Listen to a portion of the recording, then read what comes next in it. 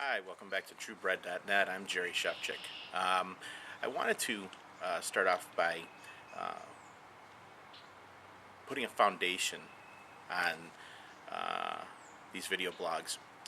In every thing that we do, especially relationship building, we build foundations. Now, I work for an engineering firm, and we design buildings, roads, bridges, highways. We design airports. And one of the things we do when we're designing a building is we want to make sure it's on a solid foundation. Now, you wouldn't build a building on sand. Storm comes along, doesn't even have to be a bad storm, just a good wind, and it's going to start to crumble that building. The building will soon collapse after a few storms, maybe after the first one. But what you want to do is you want to build it on solid bedrock, and that will give you the strength to allow that building to withstand most storms. Now, I'm not talking about hurricane strength. Obviously, you need to do some things that would protect the building against that. But you still want a building on a solid foundation. So, when we're building relationships, whether it be with friends, family, wives, husbands, children, you want that foundation to also be on solid ground. And we say things like relationships are built on truth and honesty and trust. And so what I'd like to do is build this foundation on truth.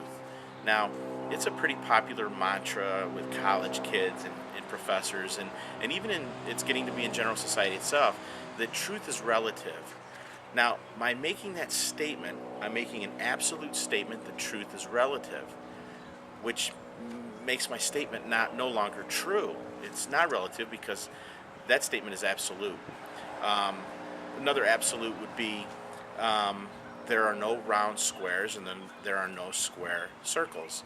Um, so here's another truth. If I go and climb on the roof of my house and I jump off, free fall off, splat, I mean, those are the things that'll happen. You can't escape gravity. I can't see it, touch it, feel it, or smell it, yet it exists. And we don't question it. Most rational people don't go jumping uh, from high places unless they have a parachute or a bungee cord, something to protect them, because they know in their mind that without that protection, they die. So, we know that there's absolute truth. Truth is not relative. Listen, what's funny is that the statement "truth is relative" usually carries some moralistic connotation to it. In other words, what's true for you, what's good for you, and what's good for me may be two different things. Good and bad, good and evil, are different to the individual. Listen to what a famous humanist, John Dewey, creator of the Dewey Decimal System, said. He was the co-author and signer of the Humanist Manifesto, and he declared, "There is no God and there is no soul. Hence, there is no needs for the props of traditional religion.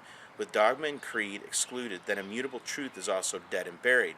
There is no room for fixed natural law or moral absolutes.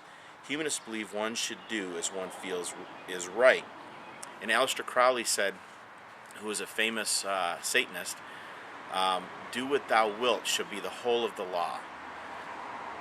Now, if that's the case, if there are no moral absolutes, and let's say, for an example, I'm a humanist, and I say there are no moral absolutes, and I come home and find my house burglarized, am I going to say, "Wow, who am I to judge that wonderful burglar? You know, he was doing what he felt was right, regardless of whether it was wrong to me"? No, I'm not going to say that. In fact, I'm going to probably call the police, and I'm going to really want some absolutes in my life at that point. I'm going to absolutely want them to find the perpetrator of the crime. I'm going to absolutely want them to put them in jail. See, relativism and absolute truth, we try to fit into what we believe is good for us, and that's not an absolute truth. Well, that's an absolute truth, that's the way we want it. That doesn't necessarily make it true. So, listen to a couple other quotes that I've got here. Who knows what truth is, right? No one knows what the truth is. There are no absolutes. Truth is relative. You might hear there is no right, there is no wrong. You must ask, is this statement right or wrong?